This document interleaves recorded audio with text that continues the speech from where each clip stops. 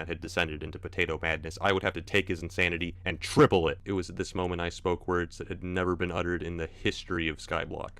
I should get minion expanders. Minion expanders have long been known as the most useless item in Skyblock, so you know how all minions have this like 5x5 area in which they work? They don't actually need this area. They could work with one block just as fine, because all I do is break a block, and then they place it right back. They don't need options. So what the minion expander does is it turns that 5x5 area into a 7x7 area. Why? Why would the minion need more options so it doesn't get bored? But with the Slayer update, they added a hidden attribute to minion expanders, which buff minion speed by 5%, which is still garbage. Diamond spreading gives like 5 times the value, and I didn't have enough space to put both of them in my minions.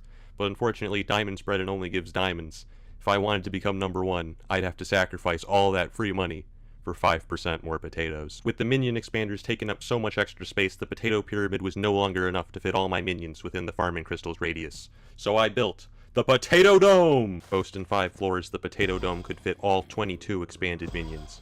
And after I'd finished upgrading the rest of them to level 9, the Potato Dome could now produce 337,000 potatoes per day. At this point, the Potato Dome was the most powerful potato farm in Skyblock. I was ranked 20 on the leaderboards and rising fast, and yet I knew, in my heart, that it wasn't enough. It wasn't even close. But what more could I do? Farm potatoes by hand? I actually did for like an hour. It made a tiny dent. Sure, it would have worked eventually, but come on, is mindlessly repeating the same task for hundreds of hours really what Skyblock's all about?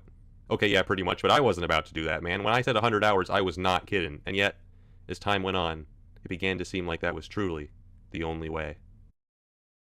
The opportunity of defeating the enemy is provided by the enemy himself.